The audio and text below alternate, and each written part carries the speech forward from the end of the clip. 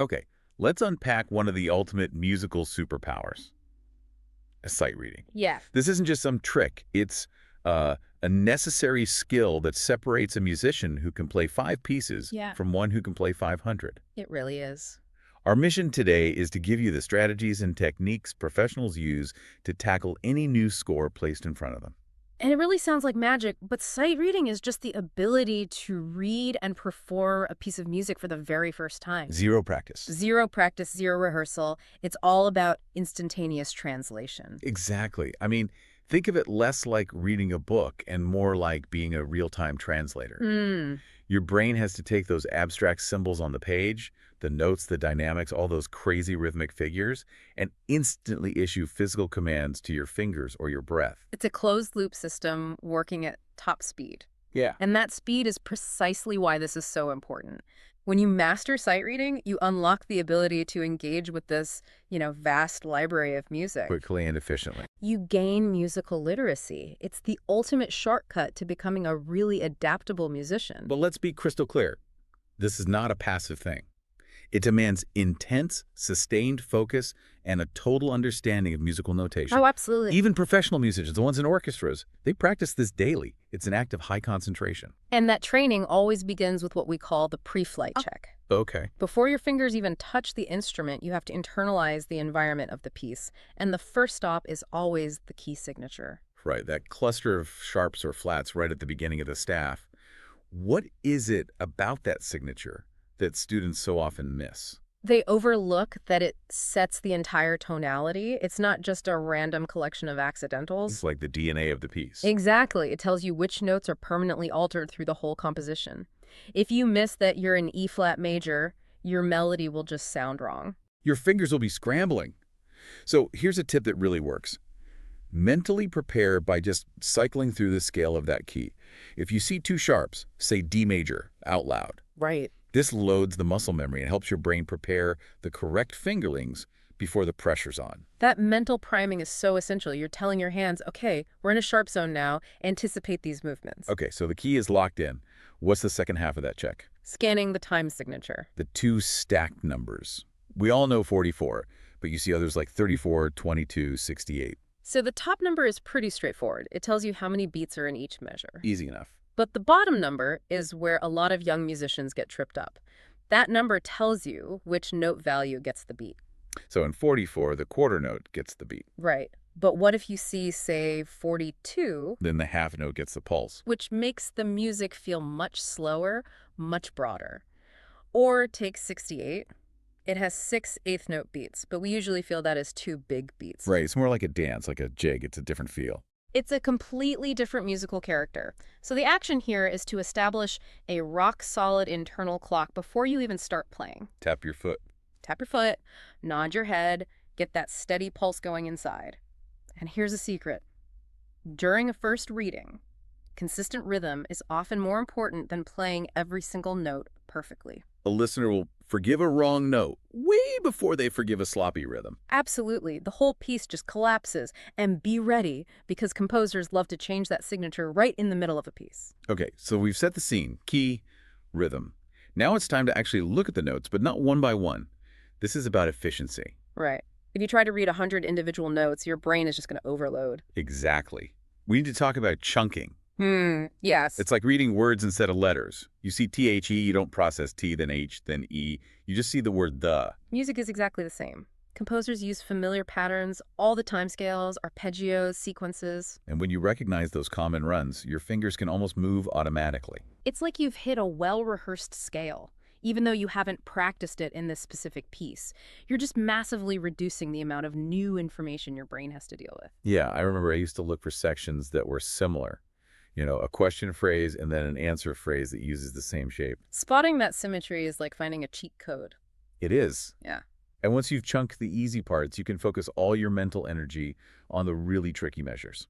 And this also applies to rhythmic patterns. See a dotted eighth and a 16th? Recognize that pattern instantly. Don't try to calculate the math every single time. Okay, so moving on to another critical visual cue. Yeah. Checking for accidentals. Ah, yes. The notes that try to trick you. The little visual landmines. They really are. The sharps, flats, or naturals that just pop up right next to a note, usually in the middle of a measure. And the rule here is super specific. Mm-hmm. An accidental only lasts for that one pitch within that one measure. That's it. It doesn't carry over. It's a temporary effect, maybe signaling a moment of tension or some interesting harmony. And that natural sign is especially tricky. Because it cancels out a sharp or flat from the key signature, but only for that one note. You have to be ready to switch back to the regular version instantly. And it's so easy to miss them if you're only looking at the note you're playing right now. Which brings us to performance control. You scan the page, now you have to execute. And this is where timing and coordination can really break down. Before you play a note, scan the page just for rhythmic complexity. You're looking for the hard parts first. The hard parts first. Syncopation, dotted figures, fast groups of 16th notes. Identify them. So how do you prepare for a complex rhythm without actually playing it? You practice the timing separately.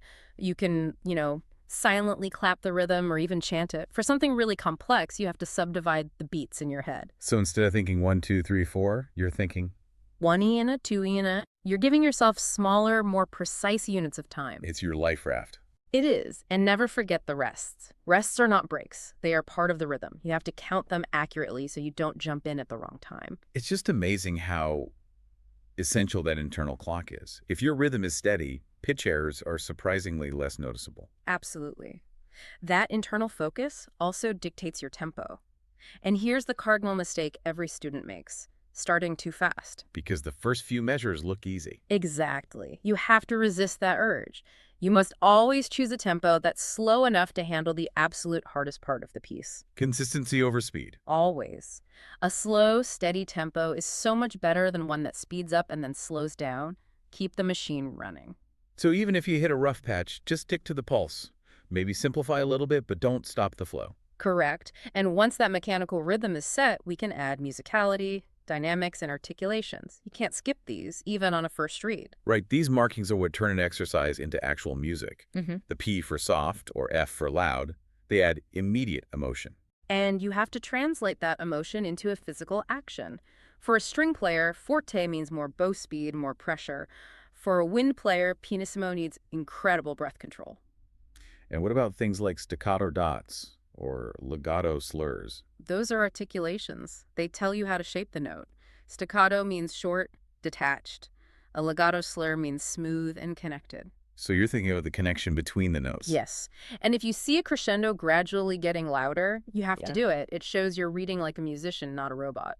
Okay, that brings us to maybe the most difficult mental technique of all, keeping your eyes moving ahead. This one is tough. It requires serious mental retraining because your instinct is to look at the note you're playing right now. And that instinct is your enemy in sight reading. It is. You have to train your eyes to read at least one full measure, sometimes 2 ahead of where your hands are, and never ever look back at a mistake you just made. So why is that so critical? What if you need to look at your hands for a big jump? Because if your eyes are glued to the present, your brain has 0 time to plan for the future. Keeping your eyes on the horizon gives you that crucial processing time to prepare. You're spotting that accidental before your hand even gets there. Exactly. You have to trust your peripheral vision for your hands and focus your main vision on what's coming next. And that is the major difference between musicians who constantly stutter and those who flow seamlessly. And since mistakes are absolutely going to happen, we have to talk about handling them gracefully. Oh, yeah. The panic response. The panic response. I used to hit a wrong note, stop, sigh dramatically, and try to fix it. That's the worst thing you can do. It just draws massive attention to the error. The best approach is simple. Never stop playing. Keep the beat going. Keep the beat going, never make a face, and just jump back in immediately, even if you have to skip a few notes to catch up. And if you get totally lost, don't panic. Look for the start of the next measure or a double bar line, some kind of landmark to get you back on track. Remember, sight reading is about your overall musical flow, not about perfection.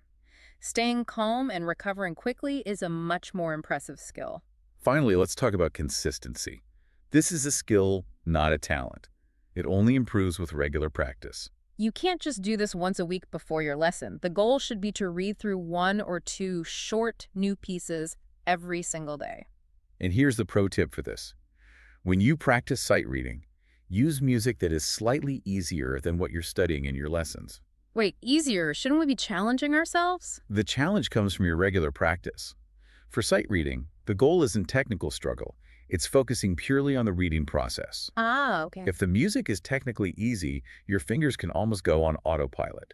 That frees up your brain to focus on scanning ahead and catching those patterns. So you're training your brain to recognize those musical words automatically. Yes, a little bit of easy reading every day will fundamentally rewire how you see a page of music. It's the most powerful tool you have.